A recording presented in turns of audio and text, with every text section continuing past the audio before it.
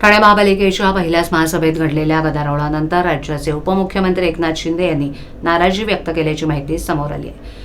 सभागृहातील घडामोडींवर तीव्र प्रतिक्रिया देत त्यांनी अशा प्रकारचं वर्तन अशोभनीय असून भविष्यात असे प्रकार होऊ नयेत असे स्पष्ट निर्देश दिल्याचं शिवसेना शिंदे गटाचे गटनेते पवन कदम यांनी पत्रकार परिषदेत सांगितलं। महासभेत वेळेचा अपव्यय होऊ नये म्हणून विषयपत्रिका थेट मंजुरीसाठी ठेवण्यात आल्याचंही पवन कदम यांनी स्पष्ट केलं। पुढील 2 महासभांनंतर लक्षवेधी सूचना आणि प्रश्न स्वीकारले जातील असंही त्यांनी नमूद केलंय। भारतीय जनता पक्षाच्या नगरसेविका मृणाल पेंडसे आणि राष्ट्रवादी अजित पवार पक्षाचे नगरसेवक राजन गिणे यांच्या प्रश्नांवर सविस्तर माहिती देणं आवश्यक होतं, मात्र अपुऱ्या वेळेमुळे प्रशासनाला माहिती संकलित करणं शक्य नसल्याचं कळवण्यात आलं होतं। त्यानंतर महापौरांनी विषयपत्रिकेबाबत प्रशासनाला रुलिंग दिले।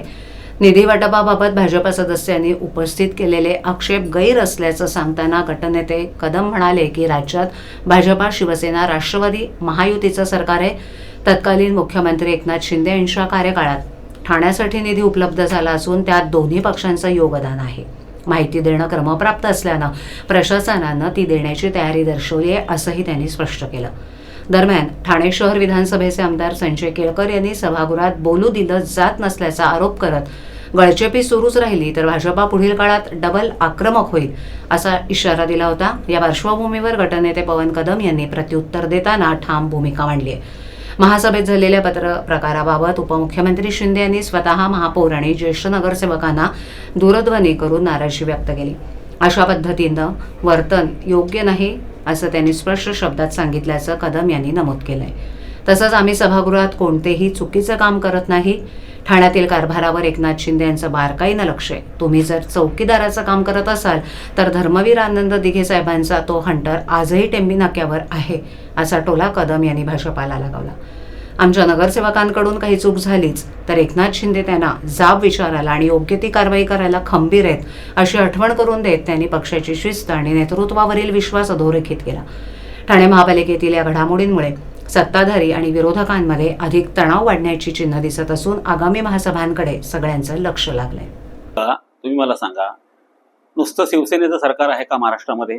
शिवसेना आणि भारतीय जनता पार्टी यांचं सरकार महाराष्ट्रात आहे। मागील 1.5 वर्षापूर्वी महाराष्ट्राचे लोकप्रिय मुख्यमंत्री म्हणून एकनाथ शिंदे साहेबांनी कामकाज पाहिलं, आता देवेंद्रजी फडणवीस म्हणून काम पाहत आहेत।